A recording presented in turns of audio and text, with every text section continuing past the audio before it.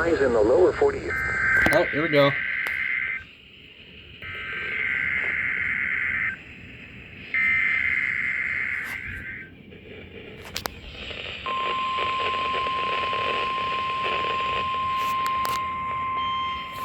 Oh, hang on.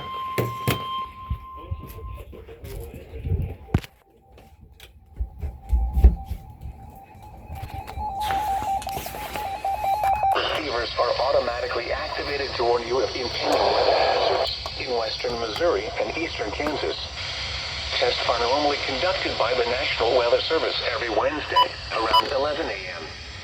When there is a threat of existing severe weather in the area on Wednesday, the test is postponed until the first good weather day. Reception of this broadcast, The warning alarm will vary from place to place. This variability, normally more noticeable at greater distances from the transmitter, will occur even though you are using a good quality receiver in perfect working order.